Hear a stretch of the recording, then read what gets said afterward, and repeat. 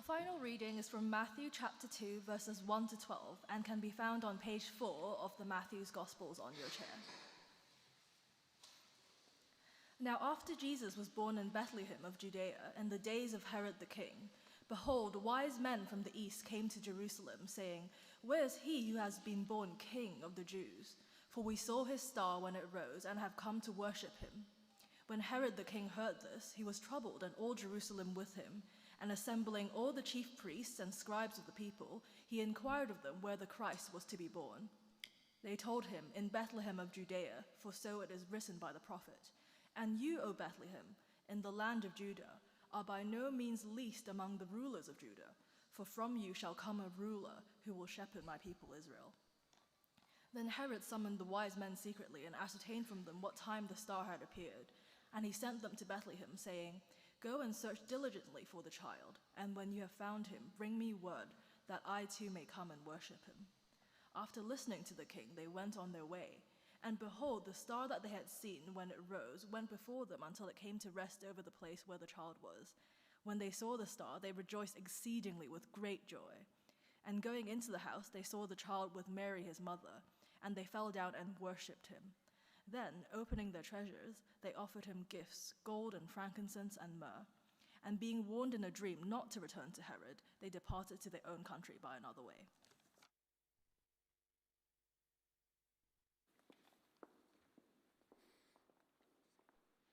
Karis, thank you very much indeed for reading. Let me add my welcome to Tom's. It's really good to be able to welcome you to St. Nick's Church this morning. For people that don't know me, my name is Chris Fishlock. I absolutely love Christmas. And that's not just, I'm a vicar and I have to say that, and he'd be being grumpy if he didn't say that. I genuinely love Christmas. It's something that I look forward to through the year. We went to a party yesterday, and it's been for years called an annual Christmas party, but it's been put on hold for 7 years because the people hosting it have had 4 children in that time. And they were joined by this sort of entourage of chocolate-fueled friends, also all very young. And I have now learned a lot of crowd-pleasing under 10-year-old sort of party tricks. So if anyone's slightly, my children are beyond that stage now, but if anyone needs tips, I'd be delighted to share some afterwards. So do join us for some mulled wine and some mince pies and that sort of thing. That would be great. Well, for the next few minutes, I thought it would be helpful just to consider that last reading that we heard in Matthew's Gospel. I mean, it's the classic, isn't it? Absolute classic, the birth of Jesus, and then the visit of the wise men, the Magi. They come to pay their respects, their adoration to Jesus. Now, the primary source of this well-known story is indeed the Gospel account that we heard read by Karis just now in Matthew's Gospel. And Matthew was well known at the time of Jesus. He was one of Jesus' disciples, an eyewitness, therefore, to all of the events that took place through the life of Jesus. And what this primary source shows us, that's what I want to sort of lay out for us now. It shows us that, as Jesus entered the world, he grabbed the world's attention. It's really quite astounding. And I want to just share a few observations with you now. I guess we're used, aren't we, when a baby is born, there's usually the essential WhatsApp announcement that goes round. Details are shared, very much of a sort of domestic nature, aren't they? But when it comes to Jesus' birth, in contrast to what I guess we're used to today, I mean, Matthew spares us the domestic details. There's no weight. We don't know how much Jesus weighed when he was born. There's no jokes about dad, using the gas and air to get through the whole ordeal. No nod to mum doing well. And Matthew goes off in a very different direction and draws our attention to some extraordinary details. Each one, I'm going to lay out a few now. I'd like to suggest each one showing us that Jesus is indeed worthy of the world's attention, perhaps a little bit more of your attention too. Well, first, the wise men. The wise men visiting Jesus from the east. If you want to see, like I said, all of the details of where I'm getting these facts from come from the primary source, from Matthew. So if you want to check what I'm saying, please do. I'm going to refer to the first verse in that reading we just had. So page 4. And you'll see the first verse, chapter 2. Now after Jesus was born in Bethlehem of Judea in the days of Herod the king, behold, wise men from the east came to Jerusalem. Now these wise men are sometimes called magi. highly esteemed, elite, we might say, academics of their day. And we're not actually told much about them. You probably received, if you're anything like me, a Christmas card. Here, sort of thing I've received most years, something like this. And it's a picture of three men wearing crowns. They're riding camels, and they're following a star here and traveling sort of through the night on their journey. And it says, "We three kings," underneath. But it's interesting, isn't it? I mean, the only source of information for that is from Matthew's Gospel. We don't know how many. It doesn't say three there. Could have been two. It could have been 10, 20 wise men. And we don't know if they were riding camels. Might have been riding a sort of horse and chariot. Or elephants. Who knows? We're not told that detail. What we are told is that they're from the east. That means the Orient, quite literally. Maybe Babylon or Persia, Mongolia, somewhere in Asia, for sure. Now remember, it's the ancient world. This is 2,000 years ago. To travel, you don't just pop on the internet and book your EasyJet flight. I mean, to travel back then was a huge deal. Very dangerous, very expensive. I mean, here, we're very elite people from Asia with lots of money. We could call them the original Crazy Rich Asians, couldn't we? There they are, making their way to Jesus, searching for the small child. Clearly, they were convinced that Jesus is worthy. Now, another detail that stands out, the star. Jesus has his own personal star. Look at the second verse there. "Where is he who has been born King of the Jews? For we saw his star when it rose." We saw his star when it rose. We've come to worship him. His star. That is special. I thought I would check. I phoned up my mum not so long ago. And I said, "So, Mum, you remember the night I was born?" "Oh, yes, I do, darling, I do." "Did you happen to check? Did you happen to check if there was a star that night?" There was a pause. "Sorry, darling, I didn't actually get round to checking." Now, I thought about that response carefully as I hung up the phone. It's possible, I thought. It is possible that I had a star. Well, Jesus did have a star, and it functioned fascinatingly like a sort of personal GPS system, leading our wise men first to Jerusalem, and then very specifically to the house that Jesus was living in. Second half of verse 9. "The star that they," that's the wise men, "had seen when it rose, went before them until it came to rest over the place where the child was." Jesus was probably a few years old by this stage. Now, some people find these sort of supernatural details like this, they find them abrasive. Lots of aspects of the Christmas story seem quite palatable, and then we get stars acting strangely, and people say, there's probably some natural explanation.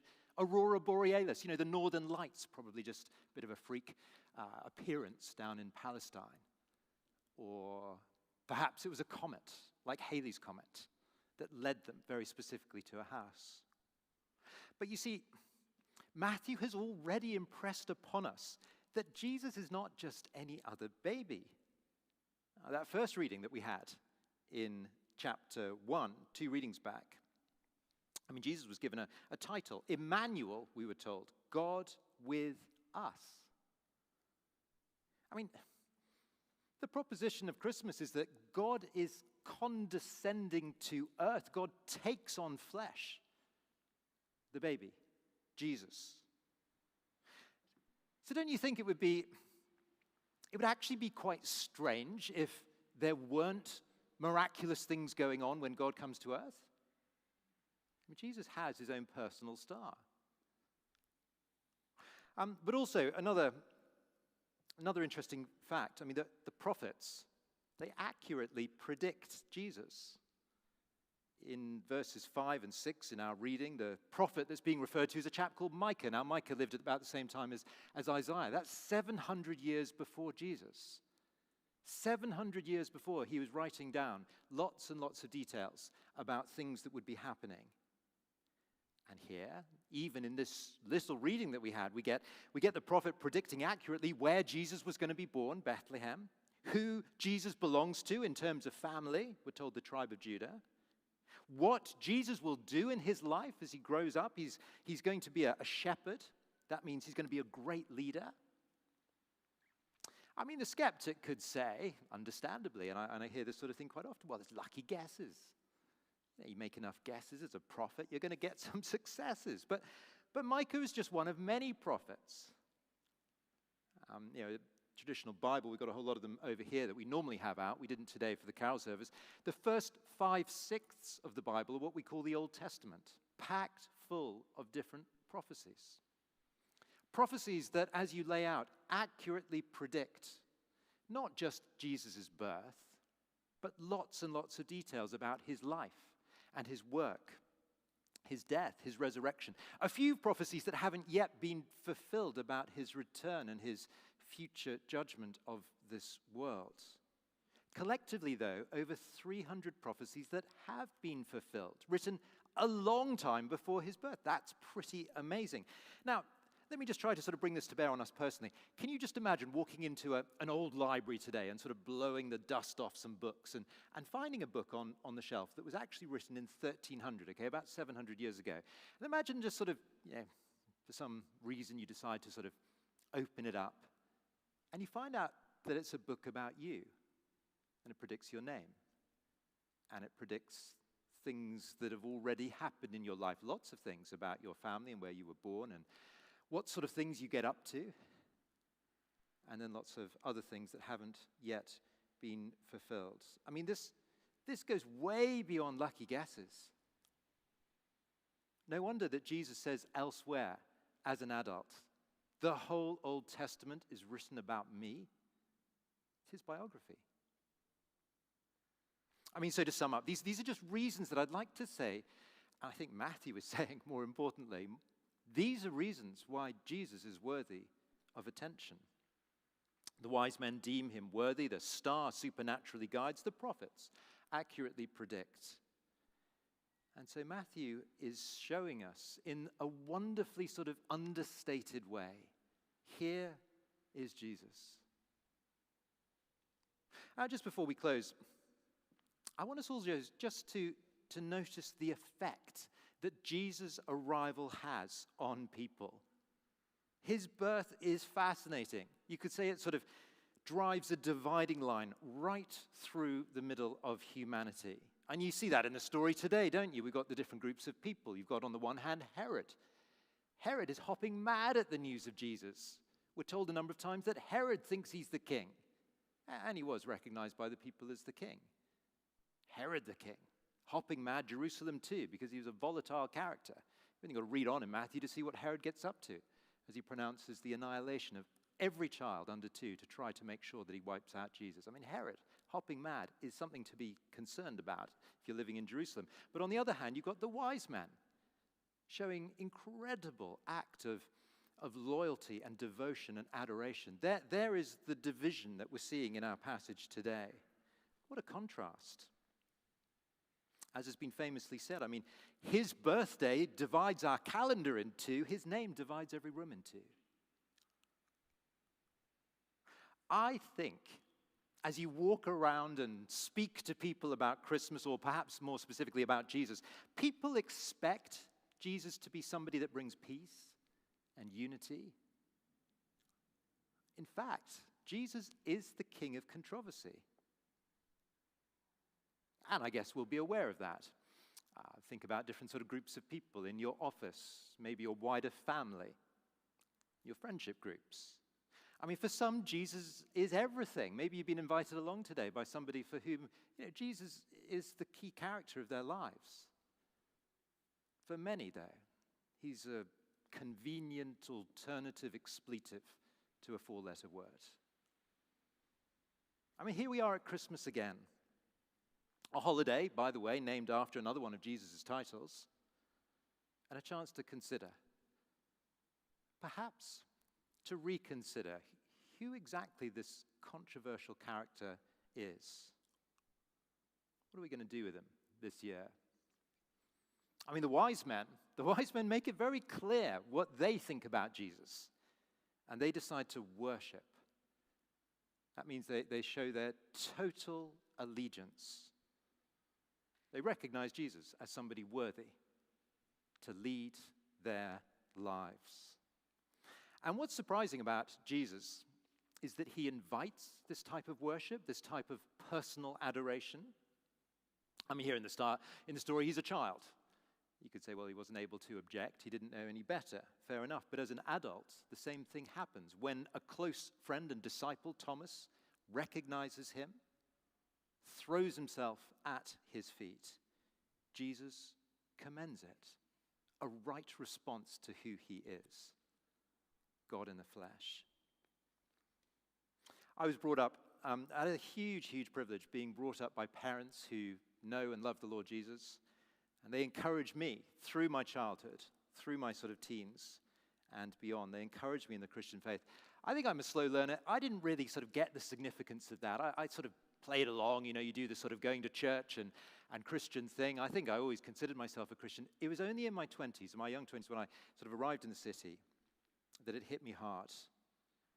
It hit me very hard. Basically, the stuff we're talking about today, Jesus is actually worth organizing my life around. And again, I really think this would be a good conversation with the person that invited you today.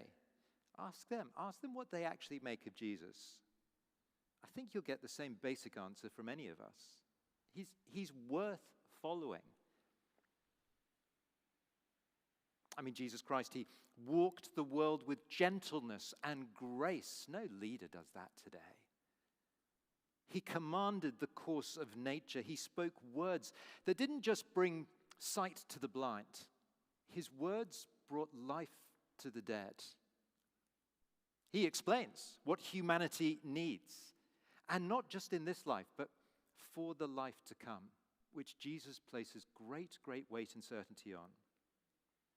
He points out through his ministry, I mean, he only had 3 years of organized ministry. That's what the Gospels focus on, Matthew, Mark, Luke, and John.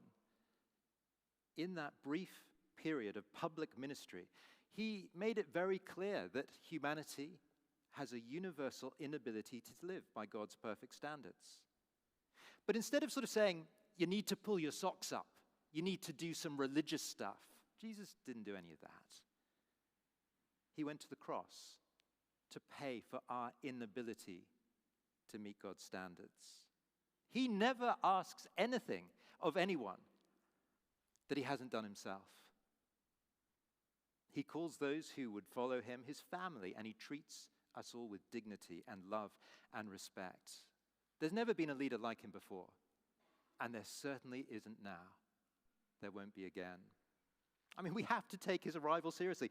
That's what the wise men do. As we begin to draw to a close, I mean, just look at how they show their complete devotion to Jesus. Verse 11, they went into the house. They saw the child with Mary, his mother, and they fell down and they worshiped.